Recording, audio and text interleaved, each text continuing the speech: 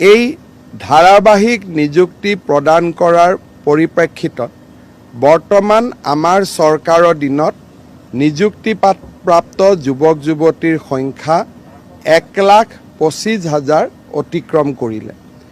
ৰাজ্যত প্ৰায় 40,000 নিযুক্তিৰ প্ৰক্ৰিয়া বৰ্তমান পৰিচালনা হৈ আছে।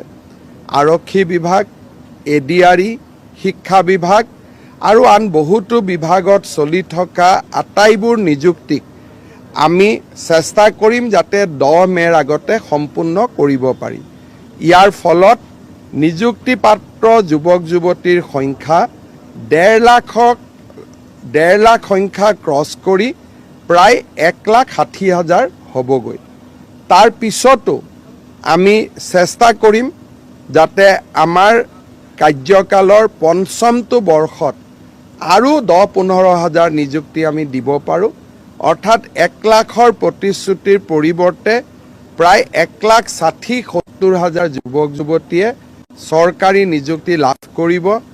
স্বাধীনতাৰ পিছত কোনো চৰকাৰে কেতিয়াও ইমান যুৱক যুৱতীক নিযুক্তি পত্ৰ দিব পৰা নাছিল। অসমৰ ইতিহাসত এই 5টা বছৰ নিযুক্তিৰ ক্ষেত্ৰত এটা স্বৰ্ণীল যুগ হৈ থাকি যাব, তাক মই বিশ্বাস কৰোঁ। মই অসমবাসী ৰাইজক শাৰদীয় দুৰ্গা পূজাৰ শুভকামনা যাচিছোঁ। শাৰদীয় দুৰ্গা পূজাৰ প্ৰাক মুহূৰ্তত অসমৰ মহাবিদ্যালয় আপোনালোকে ইতিমধ্যে শুনিলে যে অসমৰ মুখ্যমন্ত্ৰী ছাৰে ঘোষণা কৰিলে যে পুনৰ আপোনালোকৰ 15,000 নতুন চাকৰি আপোনালোকৰ ফেব্ৰুৱাৰী মাহত মুকলি কৰা হ'ব বুলি ইতিমধ্যে ঘোষণা কৰিছে। আপোনালোকৰ grade 3, grade 4 Assam police, forest বেটেলিয়ানকে ধৰি বিভিন্ন বিভাগত আপোনালোকৰ 15,000 চাকৰি মুকলি কৰা হ'ব।